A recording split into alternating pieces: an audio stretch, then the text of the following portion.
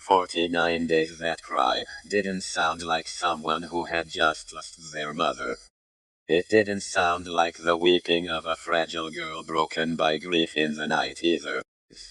It was a sound dragged out from somewhere terribly deep and dark within the chest, the place where we bury the premonitions we dare not name in the daylight. It rang out at 17 minutes past at midnight, when the entire row of student rentals at the end of the small Hanoi alley had gone dead silent. The pressed wood doors were shut tight. Fluorescent tube light in the hallway flickered with a pale blue glow, and the rain pattered against the tin roof like fingernails tapping on a coffin lid. I was lying on my side on the old iron bed, half awake, my Corsa notebook still open on the desk, my ballpoint pen having rolled off the edge of the paper, leaving a long trail of ink like a scratch, when that scream pierced straight through the thin wall dividing our rooms, jolting me upright in the dark. "Mom, why did you leave us?" Mai's voice broke right at the word mom, shrill, hoarse, then choked off as if some hand had reached into her throat and squeezed tight, forcing her to swallow the cry back down. But just seconds later the weeping tore out again, higher, more agonizing, more desperate. "Dad? Mom, what terrible karma did our family commit to suffer such retribution? Why do they keep taking us one by one? Why won't they leave our family alone?" I sat there dead still, my hands clutching the edge of the blanket. Outside I heard someone's door creak open slightly, then immediately click shut.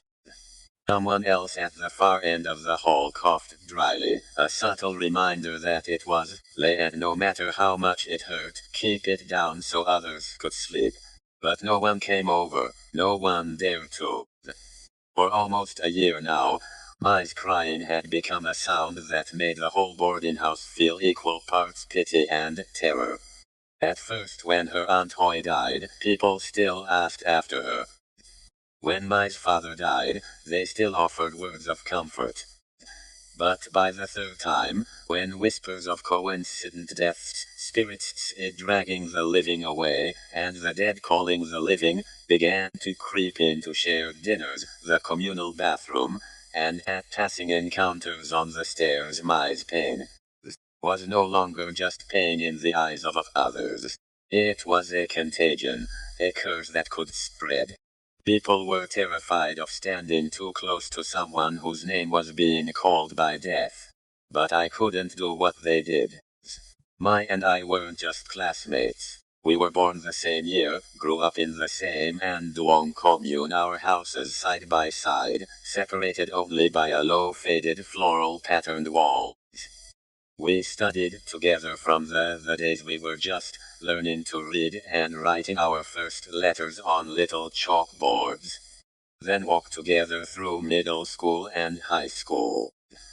We sat behind our parents on the same dirt road leading to school, picked the same pure white railway flowers, blooming among the crushed ballast to press into our notebooks, and promised each other we would go to college in Hanoi, to escape that little village that always smelled of burning straw, wet mud, and the hot screech of the night train. Mai was small, just like her name suggested.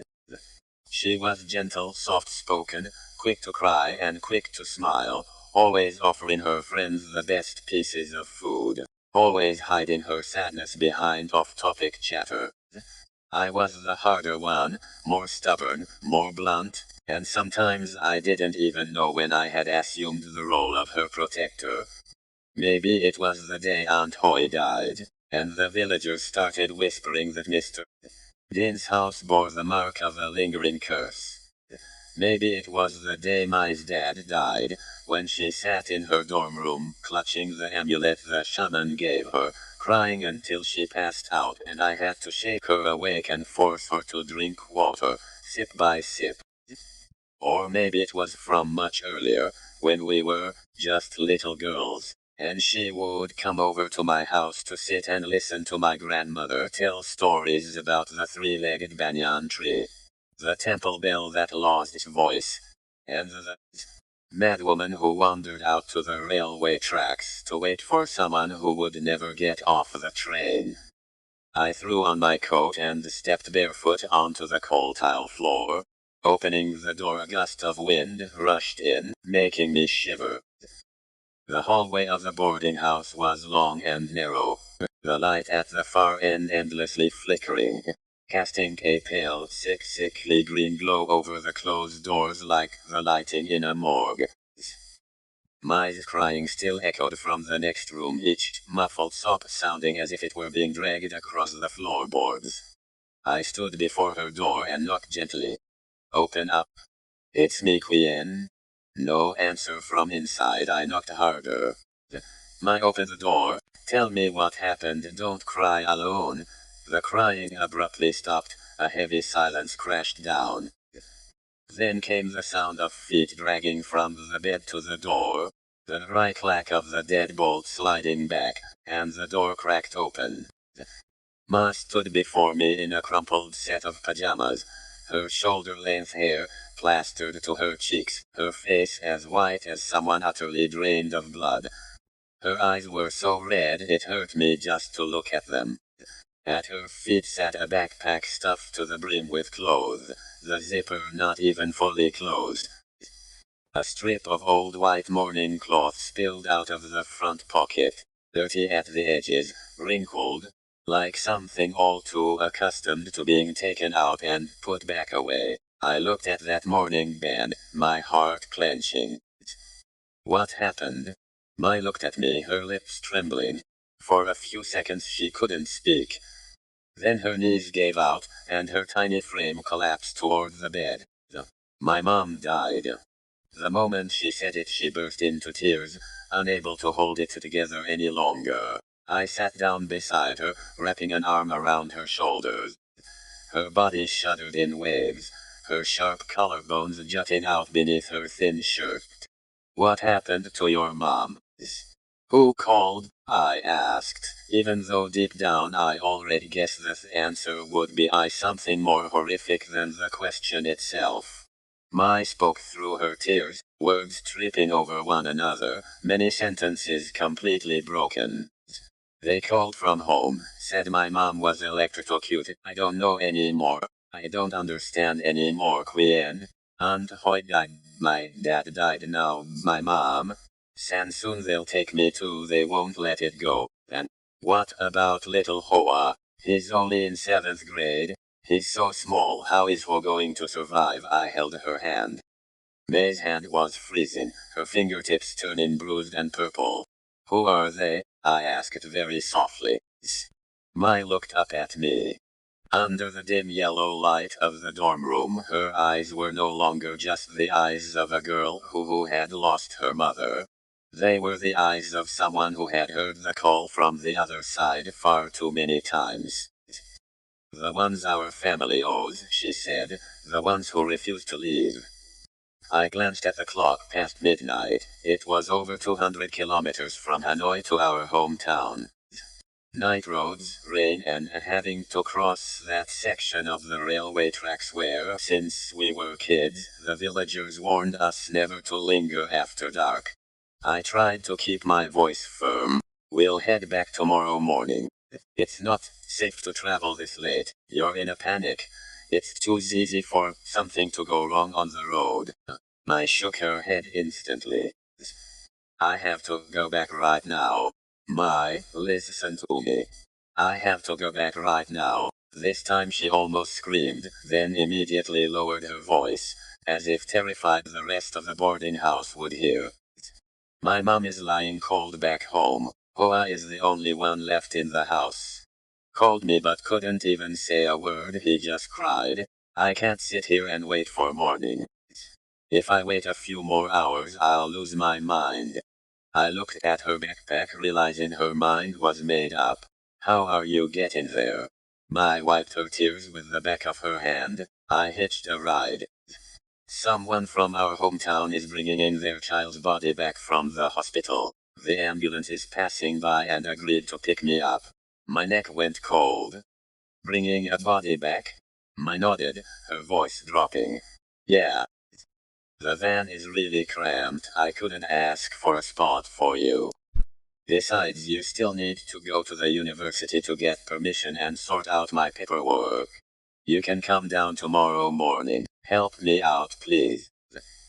I can't think straight about anything right now. My phone suddenly rang, a dry, sharp sound that made us both jump. She looked at the screen, then grabbed her backpack. I followed Mai down to the boarding house gate. The rain had thickened. Under the muddy yellow glow of the street lamp, droplets of water slanted down like falling ash. At the end of the alley, a white ambulance idled silently, its headlights blazing a frigid glare, cutting straight through the curtain of rain. That light washed everything around it in a sickly pallor. The mottled wall, the green trash can, the black puddles, and Mai's small figure carrying her backpack toward the vehicle. In that exact moment, a sudden sensation washed over me.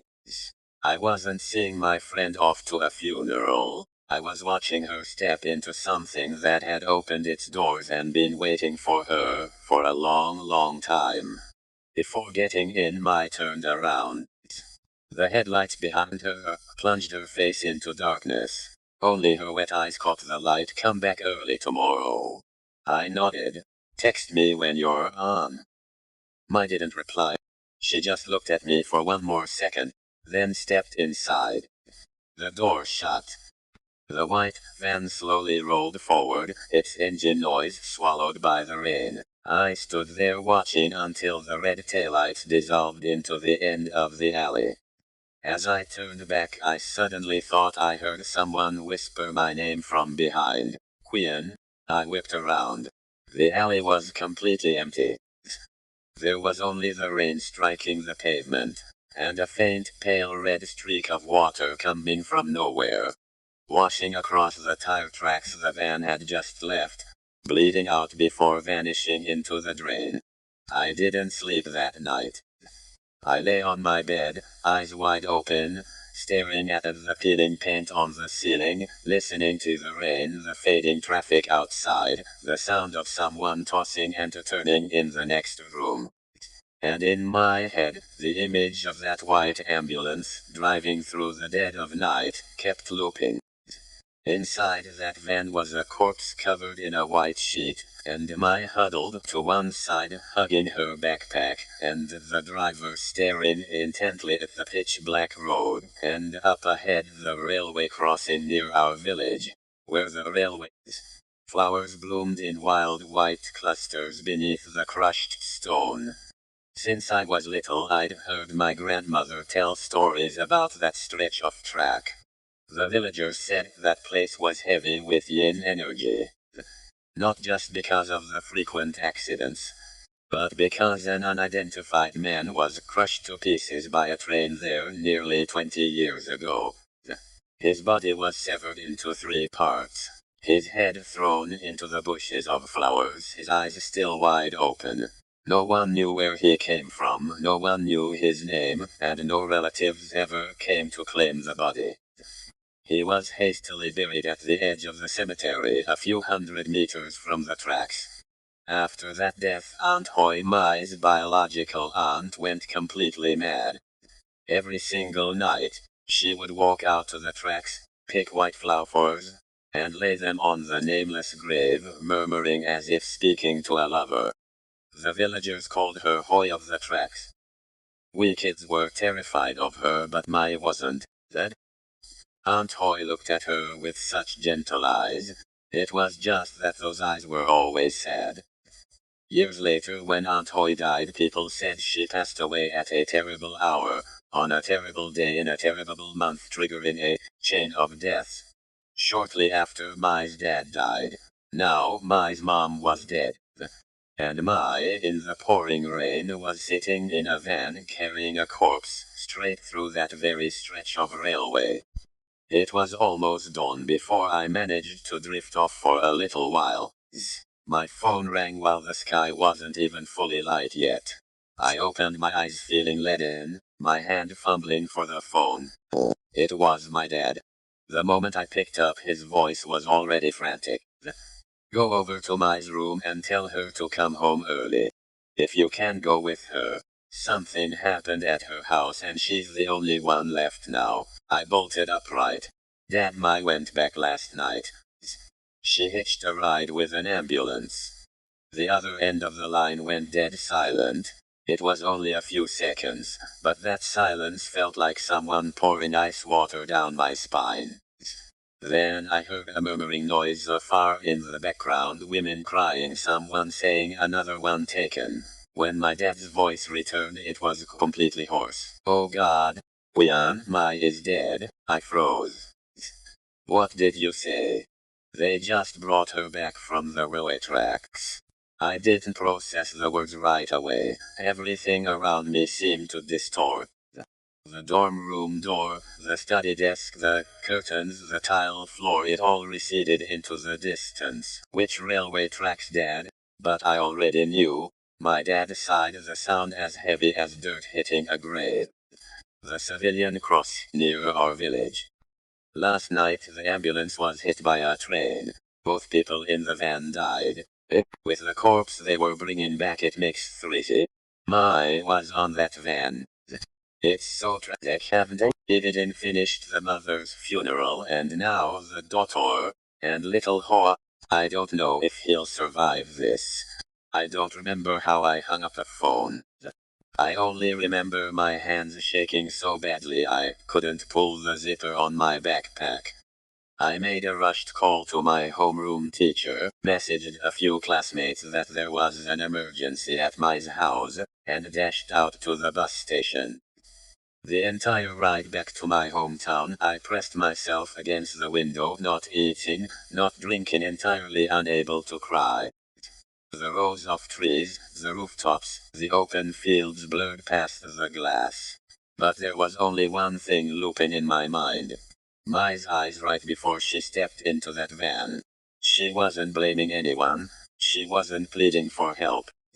She wasn't panicking. It was as if she already knew, and that was exactly what made it hurt so much more. Around noon the coach bus drove past the railway crossing that intersected the local road. A commotion rippled through the passengers. Right here, this is where the train hit the van last night. There's still blood. This road really is haunted. I pressed my face against the glass, looking down. Down on the road the bloodstains had oxidized into a dark, thick black, mixed with engine oil and shattered glass. A section of the barrier was warped and twisted. This asphalt still bore the deep gouges of skidding tires. The gravel ballast on both sides of the tracks had been violently churned up. But amidst all that ruination the railway flowers remained pure white, swaying in the wind, painfully fragile and cruelly innocent. 3 Buhani said. People died here last night, the person replied. Only 2. There was already a dead body in the van. I closed my eyes, my throat locked tight. The bus glided past. In the distance I spotted the old mound of dirt, lower than the surrounding graves, overgrown with weeds and completely carpeted in white flowers. The grave of the nameless young man. I suddenly felt as though someone were standing right next to that grave watching my bus drive away. Even though when I opened my eyes, there was nothing but fine mist and gray fields. Arriving home I had barely set my backpack on the porch when the mournful wail of funeral horns and drums flared up from my house. Our homes were right next to each other. The old low floral wall couldn't hide the scene next door. Funeral marquees covered the entire courtyard. A sea of white mourning headbands bobbed around. People coming and going, voices calling out. The sound of weeping, the clatter of bowls and chopsticks, the shrill intermittent shrieks of the Suona tearing the atmosphere into shreds. In the main hall 2 coffins lay side by side.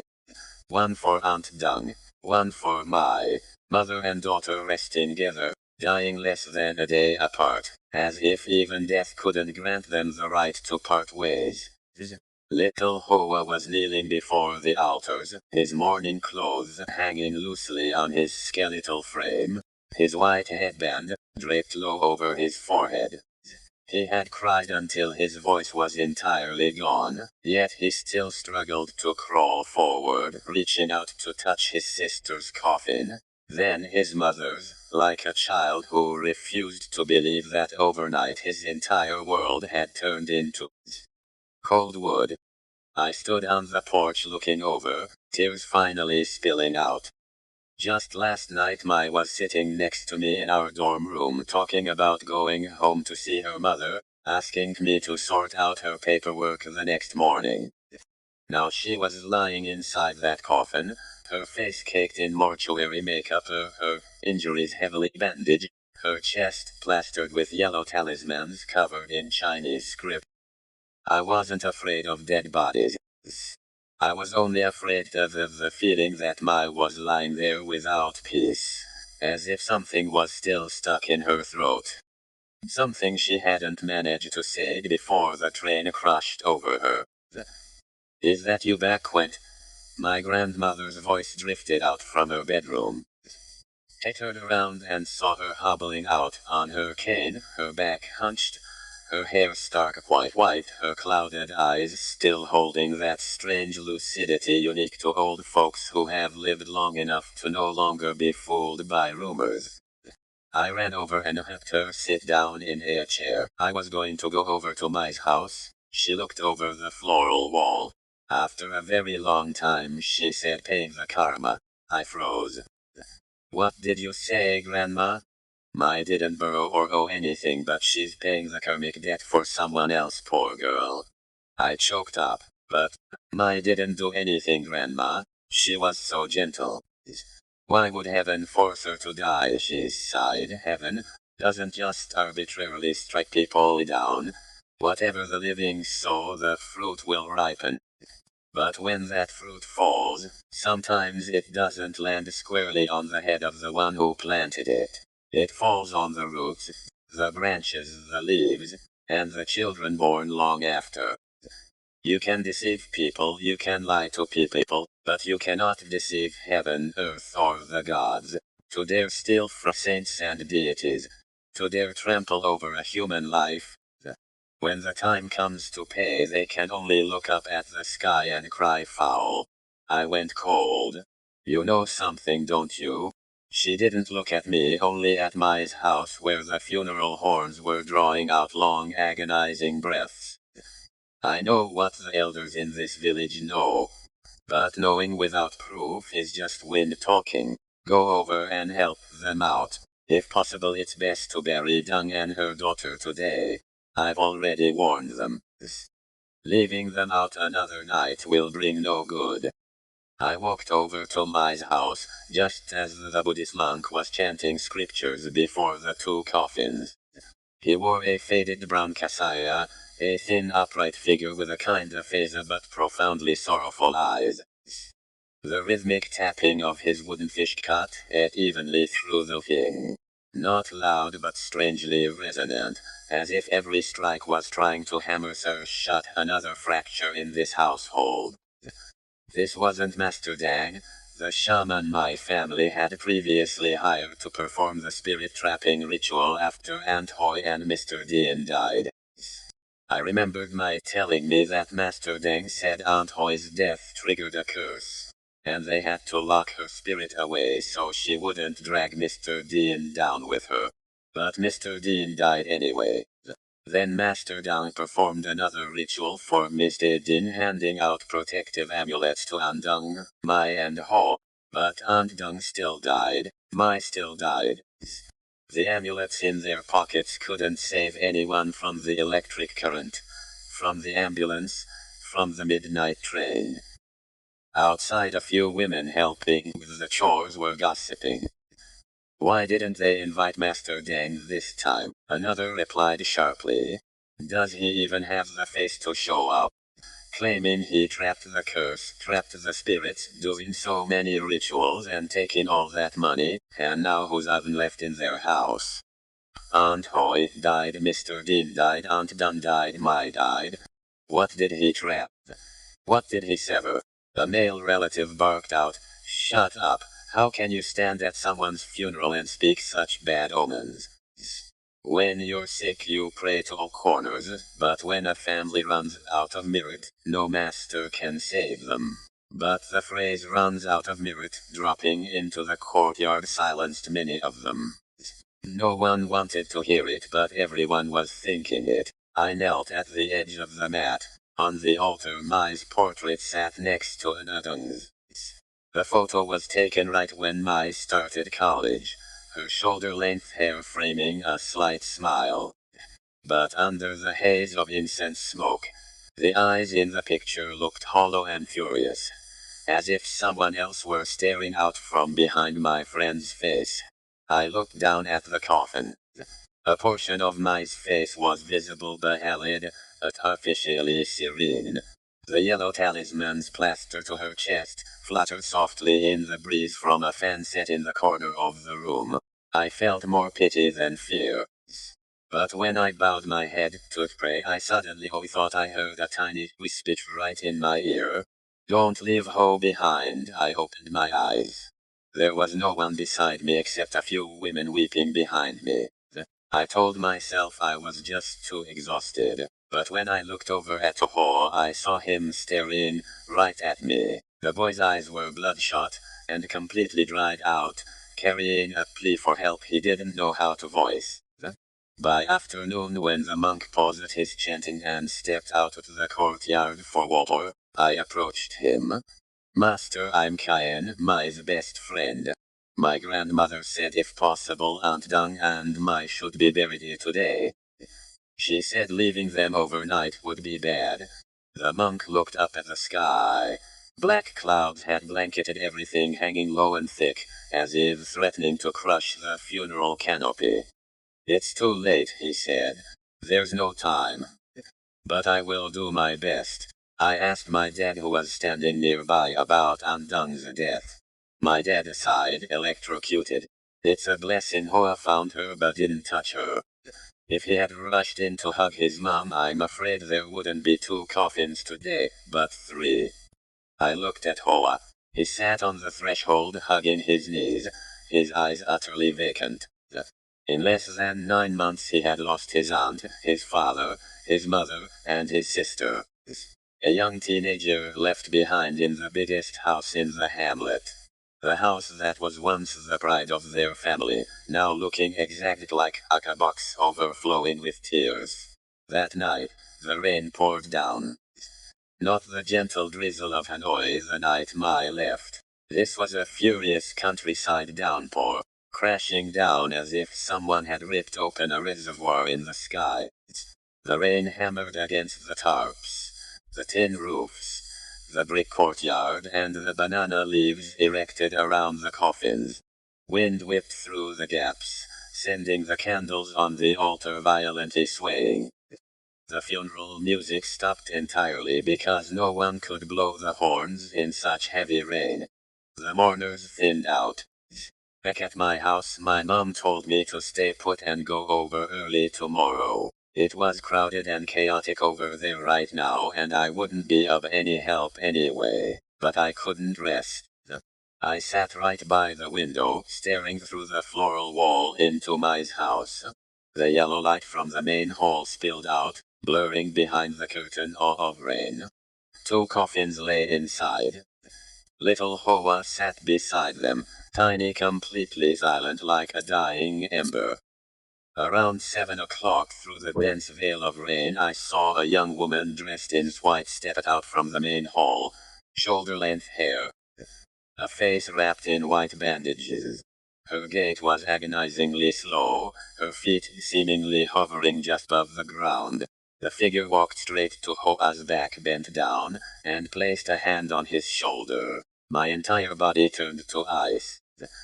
I shut the shout tearing from my lips before I could think. My mom scolded from behind me. "Where do you think you're going in this rain?" I jolted. Lightning flashed outside, bleaching the world blinding white for a fraction of a second. When I looked back, only Hoa sat alone next to the coffins. There was no one in white. There was no hand on his shoulder. But in that exact moment, Hoa slowly turned his head and stared directly at me through the pouring rain. His face was deathly pale. His eyes were wide open, as if he had just heard someone call his name from right behind him. I didn't sleep that night. In the dark I listened to the rain, the thunder, the crying drifting over from my house, and threaded through it all was the very distant wail of a train horn. My hometown had train tracks running right through it, so the sound was nothing unusual. But that night the horn sounded different. It was longer, colder, like the scream of a man whose throat had been slit, but who was still desperately trying to call someone from beneath the dirt. By morning a light rain was still falling as they carried Aunt Dung and Mai out to the fields. The dirt path to the cemetery was a slush of deep mud. The fields were vast swaths of white flooded water. The two coffins were lugged across the paddies, white mourning bands violently snapping in the wind. Ho cried until he collapsed. Several men had to physically hold him back when they lowered the caskets. Both graves were flooded with water, and they had to run a pump endlessly just to drain them. The monk stood in the rain, his kasaya soaked through mud clinging to his knees, but his chanting remained steady. When they lowered the coffins, I saw him drop old coins, several blessed amulets, and a handful of dirt taken from the village temple courtyard into the graves. 5 graves now lay closest together, all facing the railway tracks. Aunt Hoy, Mr. Dean, Aunt Dung Mai, and a little further away, lower, older, practically swallowed by weeds and railway flowers, the nameless grave of the young man crushed by the train all those years ago. As everyone began trudging home, I lingered, staring out toward the tracks. A train had just barreled past in the rain, kicking up swirling white clouds of smoke and steam. Just as the tail of the train was about to vanish, I saw a man towering on the other side of the tracks. His face was completely engulfed in shadow. His body was grotesquely warped, like something that had been pulverized and stitched back together all wrong. I almost screamed, but when I blinked, there were only the white railway flowers shuddering in the wind. It's done. Let's go home, child. The monk's voice sounded behind me. I turned around. He was planting the last 3 sticks of incense into the nameless grave. I watched him bow his head for a very long time before that low mound of dirt. Who are you offering incense to, master? He looked down at the low grave covered in white flowers, to the one whose name was forgotten. When the dead are not called by their true names, their resentment struggles to fade. I walked with the monk out of the cemetery. Up ahead, Hoa was being supported by his uncle Mr. Tuan. Mr. Tuan was Mr. Dean's older brother, a heavily built, square-jawed man whose voice always sounded like a bark. His wife was the famously sharp-tongued and calculating. The villagers whispered that now that Hoa was the only one left, Mr. Tuan and his wife would step in to care for him, managing the house, the old slaughterhouse, and all the assets. No one said it outright, but everyone understood that in a family that was once one of the richest in the commune, an orphaned child wasn't just flesh and blood. He was the key to a 3-story house, to the land deeds, to uncounted sums of money, and to the absolute right to make all the decisions in the name of family loyalty. I asked the monk about the curse of coinciding deaths. He didn't deny it, but he didn't explain it the way the villagers did either. The dead don't casually seek to drag their descendants down with them, child. When parents pass, their love remains. No parent wants their child to die.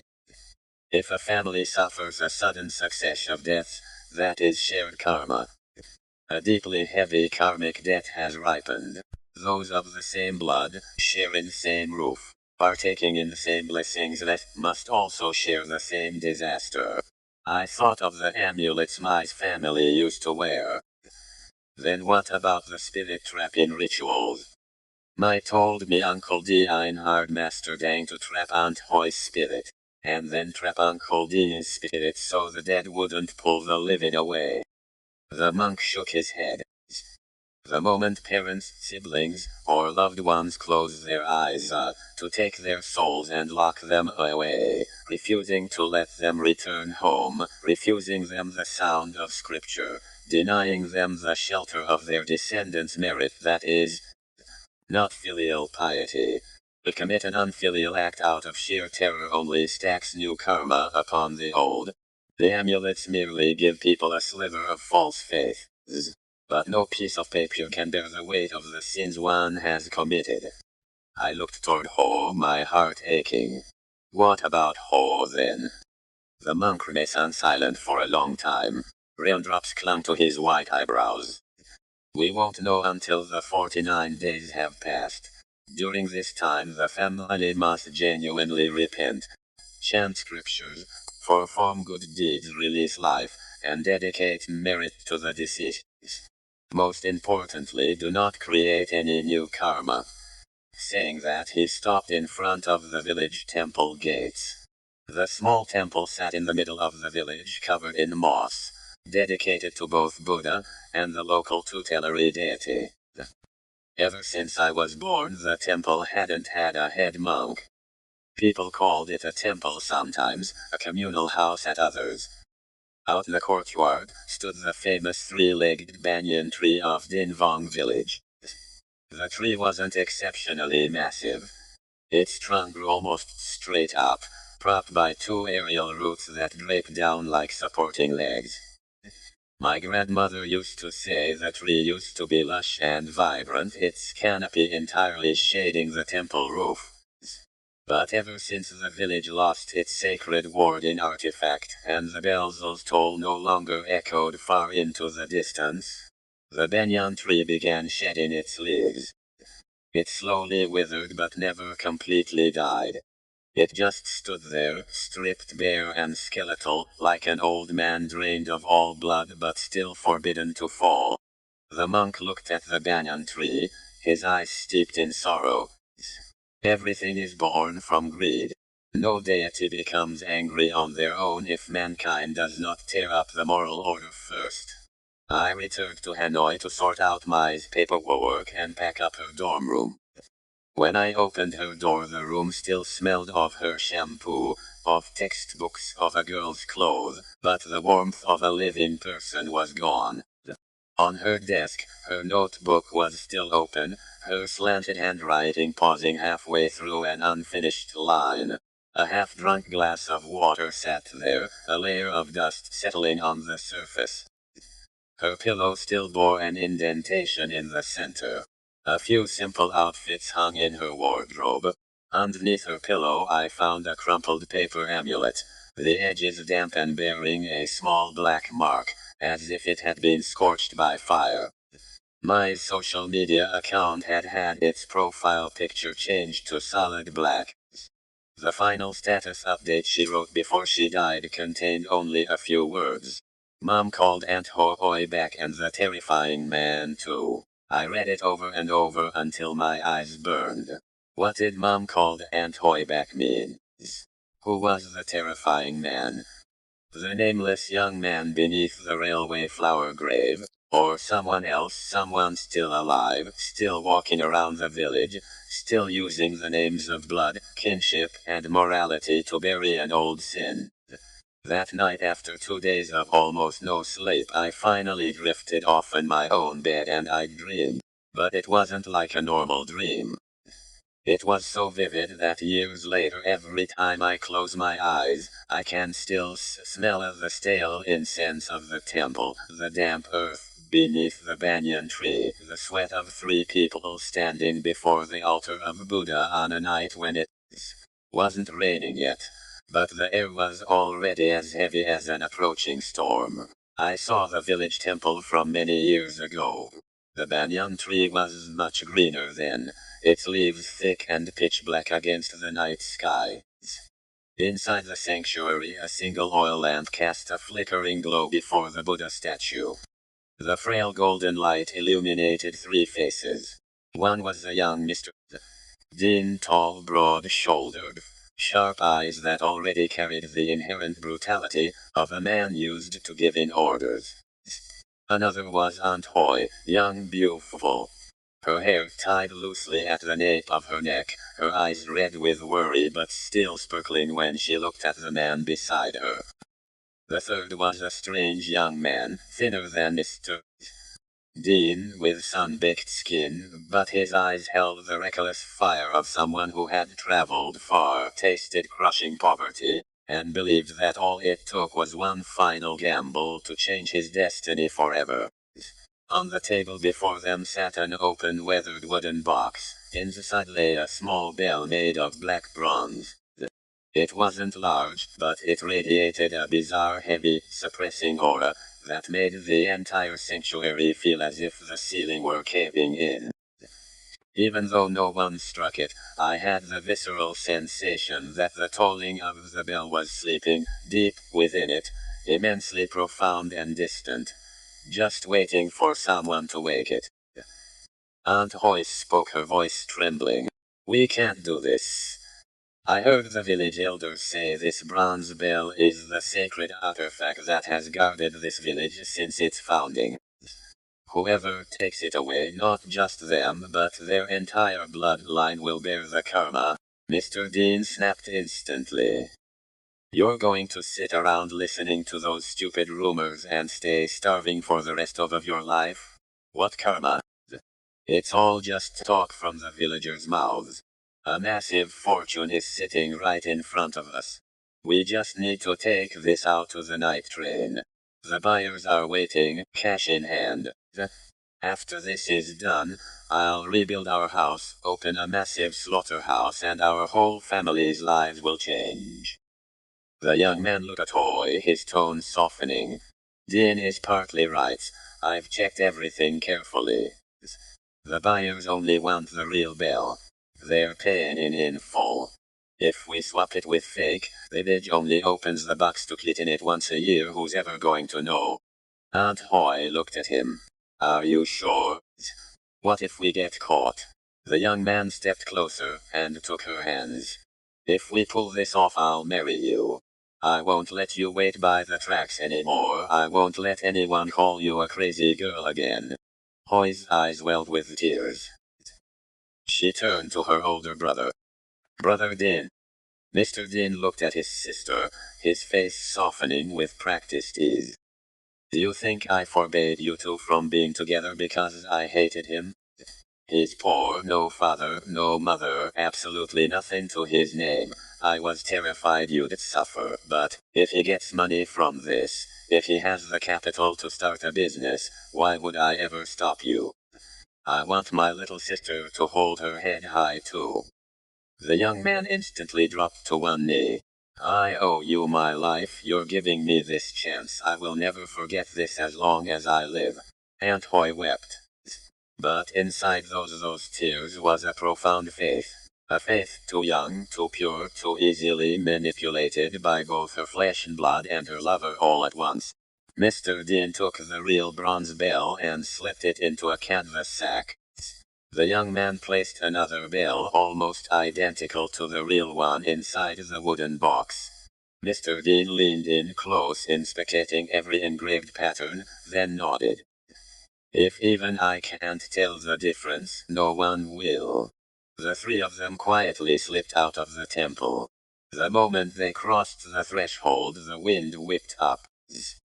The banyan branches outside crashed into each other with a frantic rustling. Not the normal sound of leaves, but like the voices of countless elders whispering frantic warnings.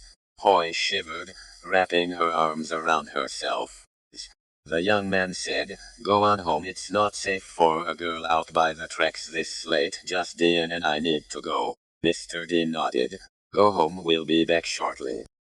Hoy looked at the two men. She was still terrified, but her love and her faith had been thoroughly softened by their promises. She turned back toward the village. Her silhouette slowly dissolved beneath the shadow of the banyan tree. Mr. Dean and the young man continued toward the railway tracks. The night was pitch black, dark as the inside of a jar. The dirt road leading to the crossing was slick with dew. On either side grew wild grass and clusters of pure white railway flowers. Far off there was the incessant chirping of insects, and the lonely barking of a dog from a neighboring hamlet. The canvas sack carrying the bell hung heavily from the young man's shoulder. Mr. Dean asked in a low voice, "Are you sure they'll pay in full?" "Positive. They set the meeting for exactly 1 a.m. "Is this bell really worth that much?" The young man chuckled softly. "Do you think I'd dare scam my future brother-in-law? Black antique bronze and a sacred warding artifact on top of that. Buyers who know what they're looking at will pay top dollar." Mr. Dean stayed silent for a few steps. Then he said, "Hoy loves you very much. Her love has nothing to do with money. When you two get married, don't ever betray her." The young man immediately replied, "Even if I die, I would never betray her." The moment those words hung in the air, a spot of light appeared in the distance. It grew larger. The rumble of a motorbike approached. An old Honda pulled up to the side of the road. Two strange men wearing hats and dark raincoats scanned the area rapidly. One of them hauled down a heavy backpack. "Where's the merchandise?" the young man said. "Let's see the money first." The guy unzipped the backpack. It was packed with cash. Tight stacks of crisp, blue 100,000 dong bills. Under the glare of the headlight, they radiated a kind of light that made Mr. Dean's eyes glaze over. He had never seen that much money in his entire life. This wasn't the petty profit from selling pigs. It wasn't the slow savings of small trades. This was an entirely different life in a bag. A different house. A different status. A different voice in the village. The young man handed the canvas sack to the two men. "If you inspect the goods, my brother and I will count the money." Everything happened fast, yet tight as a drawn bowstring. The two strangers examined the bell, ran their fingers over the engravings and nodded at each other. The young man crouched down to count the cash alongside Mr. Dean. His hands were shaking with pure joy. Mr. Dean's hands weren't shaking. His eyes were locked onto the bag of money, utterly hypnotized. "1.5 billion right here," the young man said, his voice choking with happiness. "We're rich now, brother Hoy and I." He never finished the sentence. The flash of a blade sparked in the dark. There was no immediate scream, only the sickening sound of metal sliding through flesh. Extremely clean, extremely fast. The young man froze, both hands flying to his throat. Blood sprayed through the gaps in his fingers, dark as tar under the retreating motorbike light. He stared at Mr. Dean in absolute terror, his mouth falling open, but he could only produce a wet gurgling sound like a man drowning underwater. Mr. Dean stood over him, the knife in his hand, his face dead void of emotions. The young man staggered one step, then collapsed onto the crushed gravel beside the rails. Blood poured out in a long, thick ribbon, seeping deep into the dirt, creeping all the way to the roots of the white flowers. The wind suddenly whipped it into a frenzy. Far away, incredibly far, the first blast of a train horn pierced the night. Oh! That sound dragged across the fields, through the grass, over the old graves, and past the temple roof where the banyan tree was shivering in the dark. The young man wasn't completely dead yet. He convulsed, his eyes bulging wide, one hand weakly clawing at the hem of Mr. Dean's trousers. Like he was begging, like he was asking why. Like he still couldn't comprehend how the brother who had just accepted him into the family had become his murderer in the blink of an eye. Mr. Dean bent down and peeled his fingers off the fabric one by one. No father, no mother, absolutely nothing to your name. Lying here is exactly where you belong. He dragged the man's body onto the rails.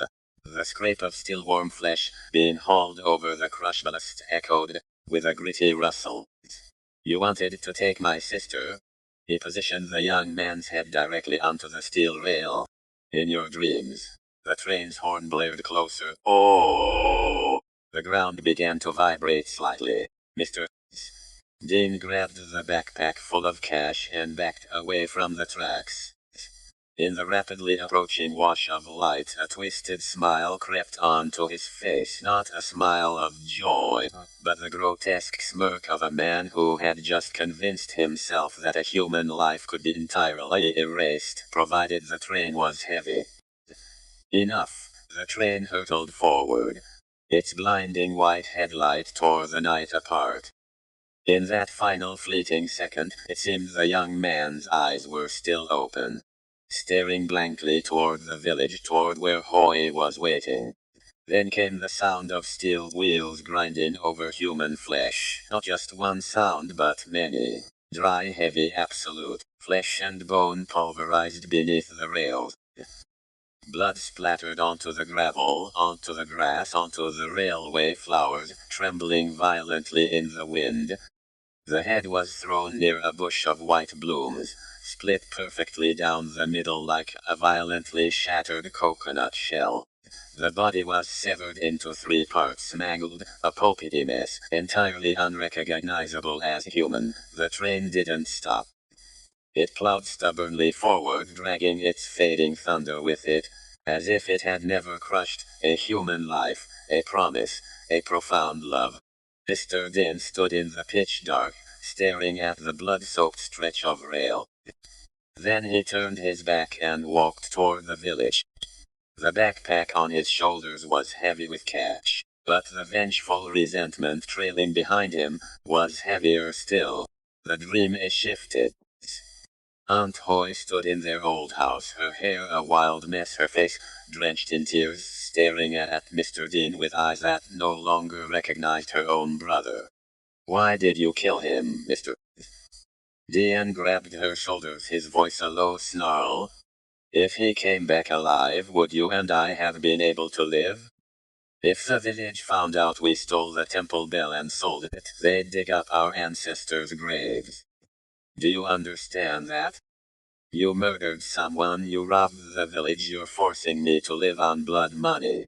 Mr. Dean slapped her to the floor. But Hoy didn't cry anymore. She pushed herself up.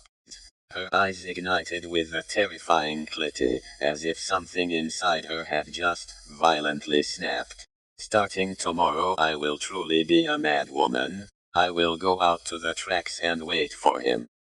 I will pay the karma for me, for you, for everyone. But mark my words, brother. She backed toward the door. This karma won't stop with me. Mr. Dean bellowed. Where do you think you're going? Hoy looked at him. Out to be with him. And she bolted into the night. She ran past the temple. The banyan tree thrashed its branches with a frantic rustle, as if desperately trying to hold her back. She ran down the dirt road, through the wet weed, through the wind, through the barking of the fog, through the fading rumble of the train. When she reached the crossing, she saw the man she loved. He wasn't whole anymore. He wasn't even human anymore. He was just 3 mounds of mutilated meat lying among the ballast and the blood. The head was split open, one eye still wide, staring blindingly white at her, as if asking why she hadn't come sooner. Hoy fell to her knees. Her wails echoed through the desolate night, no longer sound like a living human being. I'm sorry, it's all my fault. You never should have followed me here. She gathered what was left of his body into her arms, letting his blood soak her clothes, her hair, her hands. The wind howled through the tracks. In the wind there was laughter. Then a whisper drifted through, incredibly faint but devastatingly clear. Vengeful karma will be paid. Oi whipped her head up, looking around. There was no one. Only the white railway flowers glowing macabre under the pale moonlight, and the village sleeping peacefully in the distance, oblivious that a death had opened its eyes that very night. From then on, Hoy became Hoy of the tracks. Every single night she would walk out to the nameless young man's grave and lay white flowers on it. The villagers said she went mad from love. No one knew she went mad from guilt, because her love had been weaponized as bait. Because her brother had used the blood of the man she loved to build the house the whole village would later envy. Because the true temple bell had been sold off, while the fake bell rang in the wooden box, and every time it was struck it let out a dull clipped thud that died instantly in the air. The dream shifted again. I saw the courtyard of Mr. Dean's slaughterhouse many years later. Every night there were the horrific squeals of pigs being bled out. Blood ran in deep gutters. Mr. Dean's practiced hand held the knife, slicing cleanly across each animal's throat. That exact same motion, that exact same angle of the blade, that exact same spray of blood into the night. He grew wealthy. The old thatched house was torn down. The 3-story mansion rose from that soil, the tallest in the region, the brightest in the hamlet, the coolest in the village. Aunt Hoy sank deeper into her madness, husbandless, childless, living as a ghost in the shadows. Her hair went prematurely white, and every night she still wandered out to the tracks, a gravekeeper for a slaughtered promise. Until the day Aunt Hoy died. In my dream I saw Aunt Hoy's grave freshly packed, the dirt still new, the funeral wreath still bright white. That night from out by the tracks, the nameless young man rose from the old grave. Beside him Hoy stood up from her new grave. The 2 spirits walked side back toward the village. No rushing, no mission, no scream, no crying, just walking. Their destined was the blazing 3-story mansion of Miss Dean. Mr. Dean was asleep when he violently shot up in bed, his eyes rolling back, foaming at the mouth. In his final moments, perhaps only he knew who had come to collect him. Perhaps he saw his little sister standing at the foot of his bed. Perhaps he saw the young man whose throat he had slit leaning over him, the wound still gaping wide. After that came Aunt Dung, then my. And at the very end of the dream, Ho's face materialized in a sickly pale light, standing among all those who had died before him.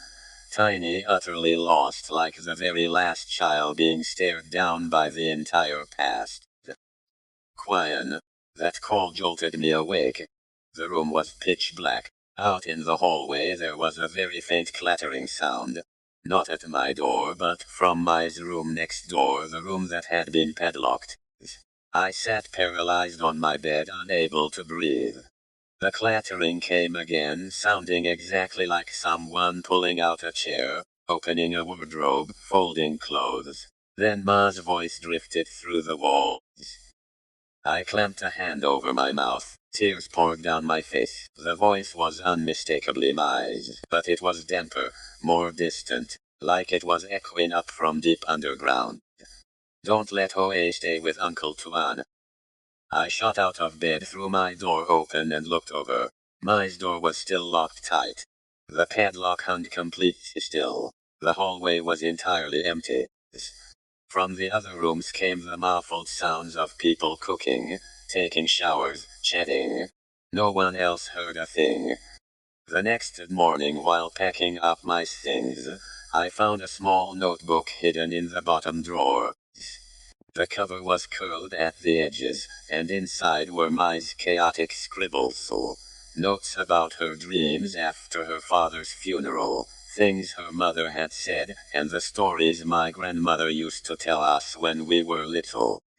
There was one page where Mai had written the exact same sentences over and over. Dad didn't die because Aunt Hoy called him. Dad died because that man came back to collect. On the very last page the handwriting was violently trembling. If Hoa survives the 49 days, maybe the karma will ease. But Uncle Tuan cannot stay in our house. Mom is terrified of him. I read that line and my blood ran freezing cold. Why wasn't Aunt Dung terrified of Mr. Tuan? Mr. Tuan was just Mr. Dean's biological brother. Or did he know what happened all those years ago? Or worse, on the night the temple bell was swapped out, was Mr. Dean not the only one who knew the secret? The weeks following the funeral drifted by in a fragile, suffocating illusion of peace. I called home to check in, and my mom told me Hoa was doing a little better, crying less, and that the monk would drop by occasionally to chant, advising the family to do good deeds and release life. But then my mom added that Mr. Tuan and his wife had moved into Mr. Dean's house to take care of Hoa and look after the properties. I heard that, and my heart clenched into a knot. I told my dad about my notebook about the voice in the dead of night, but he snapped at me telling me I was studying too much and letting my imagination run wild, warning me not to dig too deep into another family's business. The village was also starting to gossip. People said I had been too close to Mai, that I was obsessed, whispering that I shouldn't let the dead drag the living down with them, that Mr. Dean's family had suffered enough tragedy, and I shouldn't dredge up old ghosts. I kept my mouth shut, but every single night I dreamed of Mai standing at the far end of the boarding house hallway. She never cried. She just looked at me, then turned and walked toward the railway tracks. Every time I woke up I counted the days. 7 days, 14 days, 21 days, 35 days. The closer we get to the 49th day since Aunt Dung and Mai passed, the heavier the dread in my chest became. I prayed I was wrong. I prayed this was all just trauma from the funerals. I prayed Hoa would be left in peace. But 3 days before the 49th day I couldn't take it anymore. I skipped classes and went back home. When I arrived I saw an unnatural commotion over at Mai's house. Tuan and his wife were preparing for a massive memorial offering. They had been slaughtering pigs and chickens since dawn. Relatives were swarming the place. Several strange shamans were chanting out in the yard. The villagers murmured that Mr. Tuan's wife was making a huge spectacle to prove she was properly caring for her sister-in-law and niece, trying to head off the rumors since Mr. Dean's vast fortune was now practically sitting sin in her hands. I asked where Ho was, and my mom said he had been sent to his maternal grandparents' house for a few days and wouldn't be back until tonight. That afternoon I stood behind the floral wall and looked over. On Mai's family altar 4 portraits sat side by side, Aunt Hoy, Mr. Dean, Aunt Dung, and Mai. The incense smoke billowed thick and suffocating. In the ashen afternoon light I had the chilling sensation that all 4 pairs of eyes in those photos were staring intently at the staircase leading to the second floor, where Hoa's room was. On the night of the 49th day a tempest violently broke. The rain ripped down so fast it felt like the sky was being torn apart. The wind lashed against the tin roofs, the trees, and the floral wall dividing our houses. I sat in my room but couldn't sleep. Through the window I could see Mr. Tuan's wife pacing back and forth in front of the altar next door, clutching a heavy ring of keys. Mr. Tuan stood out in the courtyard talking to a group of strange men, his face pulled tight with tension. A moment later the lights on the second floor of Mai's house flicked off. Then everything was swallowed by the rain. I crawled into bed, but the second I closed my eyes, I plummeted straight into another dream. This time I saw Hoa sitting on the back of Mr. Tuan's motorbike. It was pouring relentlessly. Both of them were wearing black raincoats.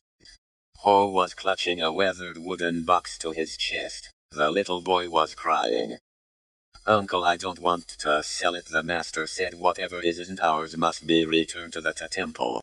Mr. Tuan growled back. "You're a kid, what do you know?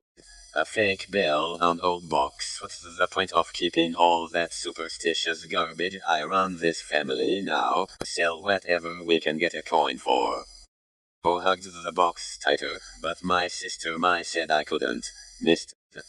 Tuan snapped his head back and roared, "Your sister is dead." That sentence landed like a brutal slap in the rain. The motorbike hurtled toward the railway crossing. I understood everything instantly. Hidden inside Mr. Dane's house was that old wooden box, the one that once held the fake bell all those years ago, the physical proof of a meticulously buried crime. Perhaps Hoa had found it. Perhaps the monk had it. He had to return it to the temple as an act of repentance, but Mr. Tuan's overwhelming greed had woken up on the exact night of the 49 days, when the veil between the living and the dead was at its absolute thinnest. From the distance the train horn wailed. Hoa screamed, "Uncle, please stop, Mr. Tuan twisted the throttle hard. In that exact second, right behind him, a deathly white hand clamped onto his shoulder. It wasn't Aunt Hoy. It wasn't Mai. It was Aunt Dung. Half her face was horrifically charred from the electrocution, but her eyes were brimming with tears. She didn't pull Ho. She wrenched Mr. Tuan's handlebars sideways. The bike skidded violently across the mud, wiping out just before the barrier. Hoa was thrown onto the shoulder of the road, the wooden box flying from his grasp. The lid popped open. Inside, the fake bell spilled into the mud, letting out a dull, suffocated clunk. Mr. Tuan crashed hard onto the tracks. He scrambled to crawl up. But from the far side of the rails, the nameless young man stepped forward. His throat was still ripped open like a gash that had never learned to close. Half of his face was grotesquely disfigured, but his eyes were perfectly intact, staring blindingly white, boring straight into Mr. Tuan. "Mr.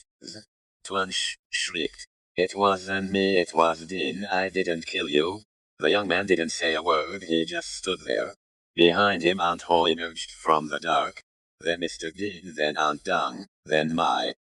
All of them stood in a perfectly straight line in the pouring rain, watching Mr. Tuan frantically try to claw his way off the tracks. The roar of the train closed in, the ground convulsed. Mr. Tuan screamed in sheer terror, but his voice was entirely devoured by the rain and the thunder of the train. I woke up to a crack of thunder exploding right over our roof. Piercing screams erupted from my house next door. I bolted for the door. My parents had also shot out of bed. Out in the pouring rain, villagers clutching flashlights were sprinting frantically toward the railway tracks. My mom grabbed my arm to hold me back, but I tore myself away and ran after them. The village roads were heavily flooded. Mud splashed wildly up my legs. The rain lashed against my face like a whip. When I reached the crossing, I saw the crowd swarming around, flashlight beams bouncing erratically across the flooded asphalt and the crushed ballast. Ho was sitting on the shoulder of the road, his raincoat shredded, his face coated in mud, hugging the old wooden box to his chest and sobbing silently. Monk stood right beside him, his kasaya drenched, resting one hand on Hoa's head, while murmuring scriptures under his breath. Out on the tracks they were pulling a tarp over Mr. Tuan's remains. I couldn't see clearly. I didn't want to. I only heard the villagers whispering that the train had just run him over, and his body was in pieces. Tuan's wife was screaming hysterically. But tangled in her wails was the utter panic of someone who knew that all her calculations had just been pulverized alongside her husband. Hoa saw me and broke down, Sister Quinn. I dropped to my knees and threw my arms around him. His body was as cold as a stone. He tried to force me to sell the box, he choked out. I didn't want to. Sister Mai came back. Mom came back too. Mom pushed me away. Sister Mai told me to grab the box and run. Uncle Tuan. He saw them and he fell. I stared at the wooden box in Hoa's arms. Stained deeply into the wood grain of the lid was an old rusted streak of blood. The rain was hammering down on it, but that streak of blood refused to wash away. The monk told everyone to bring Hoa straight to the temple that very night. This time no one argued. The 49 days did not end with a peaceful rite of passage. It ended with yet another person being dragged out to the railway tracks. Not because the dead were blindly hunting the living, but because the sheer greed of the living had walked them directly to the exact spot where their karma was waiting. Just before dawn inside the village temple, the monk placed the wooden box before the altar of Buddha. Inside sat the fake bell, all tarnished black, its resonance as dull as dirt. Hoa sat beside me, wrapped tightly in a blanket, his eyes swollen shut, his hand still death gripping the hem of my shirt as if terrified that if he let go, someone would drag him away. The monk didn't hide anything from the villagers anymore. He told them everything he knew, the pieces he had stitched together from the elders' whispers, from my grandmother's stories, from Mai's notebook, from Aunt Dung's fragmented memories, right before she died, from the wooden up box itself and from the naked terror in Mr. Tuan's final moments. Years ago, Mr. Dean and Aunt Ho's lover had stolen the village's sacred black bronze bell to sell it. Dean murdered the young man to hoard the money for himself, then left the body to be shredded by the train to erase all evidence. Aunt Hoy, consumed by love, fear, and guilt, lost her mind and lived her entire life beside her lover's grave. Mr. Dean built a mansion on blood money, opened a slaughterhouse, and thrived on the terrified squeals of animals having their throats slit every single night. When Aunt Hoy died, the dead buried beneath the railway flowers found its path home. Mr. Tidin died, Aunt Dun died, my died missed. Tuan died because he wanted to keep dragging out that greed. Because he tried to sell off the very last piece of evidence instead of returning it to the temple. The monk didn't call it ghosts claiming lives. He called it karma. The villagers went utterly silent. No one wanted to hear that truth, because it wasn't just the sin of one family. The entire village had lived for years next to the madwoman Hoy, next to the nameless grave, next to the dull thud of the fake bell, next to the withering banyan tree. But they chose to call it all madness, bad luck, and cursed timing. Just so they wouldn't have to ask who had stolen the soul of the village and who had gotten rich off human blood. After that night, Hoa was sent to live with his maternal grandmother for a while. Thanks to the monk and a few decent relatives who stepped up to protect him, he no longer had to live with Mr. Tuan's wife. But don't mistake that for a peaceful resolution. There are no peaceful resolutions for the children left behind after their entire family has been eroded away one by death. Mr. Dean's three-story mansion was abandoned, its door padlocked tight. Moss crawled up the walls. Inside the altar still held 4 portraits, all staring out into the empty courtyard. The slaughterhouse shut down completely. People whispered that on rainy nights, you could still hear pigs squealing in the empty yard. And then those squeals would slowly distort into the wet, gurgling wheeze of a man with his throat cut open. The nameless grave was packed with fresh dirt.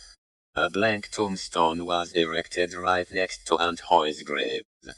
No one knew the young man's real name, so the monks simply carved 4 words: the unjustly dead. The railway flowers still bloom white around it, season after season, like tiny eyes opening from the earth. The temple's banyan tree didn't die, but it never grew green again either. It just stands there, stripped and skeletal, its 3 roots gripping the earth, like a very old man who has witnessed far too much, but no longer has the strength to tell the story. I went back to Hanoi after finishing with my belongings. My dorm room was never the same after that. There were nights I could hear Mai crying from the room she had surrendered, even though the new tenant hadn't moved in yet. There were nights I dreamed of her standing at the foot of my bed, her shoulder-length hair framing a profoundly sad face, telling me, "I didn't drag anyone down, Quinn. I just wanted her to live." I would wake up, my pillow soaked in tears.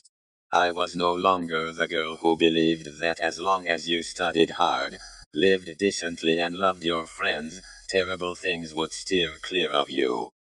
I had seen a family ground into dust not just by some ghosts, but by an ancient atrocity kept buried for far too long. I had seen sheer greed dress itself up as an older brother, as an uncle, as a devoted caretaker.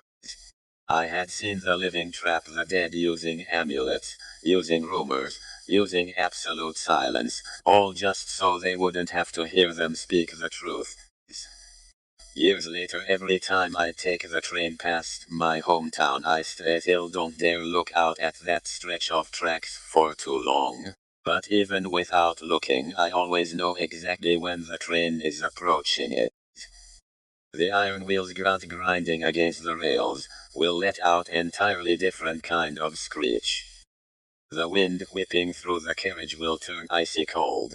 And, somewhere beneath the smell of hot steel and engine grease, I will catch the scent of railway flowers after the rain. Once in the split second the train shot past the civilian crossing, I saw out the window a young woman in a white dress standing by the graves, her shoulder-length hair blowing in the wind, holding a small bouquet of flowers. Standing beside her was a schoolboy much taller, now, quietly planting incense into the earth. And a little further away, beneath the shadow of a barren banyan tree, a faceless man stood with his back to the rails. I blinked. It all vanished. There were only the bushes of white flowers shuddering in the wind and the long wail of the train horn, dragging across the fields like a scream pulled agonizingly tight from the past all the way into the present. People still ask me if I believe in the curse of coinciding deaths. I never know how to answer. I only know that some deaths do not begin the day a person stops breathing. There are funerals that were laid in motion years in advance, from the very second a greedy hand pried open a wooden box in a temple, from the very second a blade sliced through the throat of an innocent man, from the very second a whole village heard their bell ring dull and dead, but no one dared ask why, and there are survivors who are never truly set free. Hoa lived, but forever after there was a profoundly dark abyss in his eyes. I lived, but every single rainy night, the moment I hear a train rumbling in the distance, I see Mai standing in the blinding white headlights of an ambulance, clutching her overstuffed backpack, turning back to look at me one last time. She doesn't blame anyone. And the fact that she doesn't is exactly what makes it hurt the most. Because in this story, the gentle are not protected by heaven the way we desperately wish they were. The gentle are only kept around just long enough to bear witness, to remember, to tell the story, and to carry for the rest of their lives a question that will never receive a merciful answer. If sins can truly be passed down to the next generation, then is the innocence of a child, of a daughter, of a mother, of a little sister, ultimately light enough to fly safely across the railway tracks.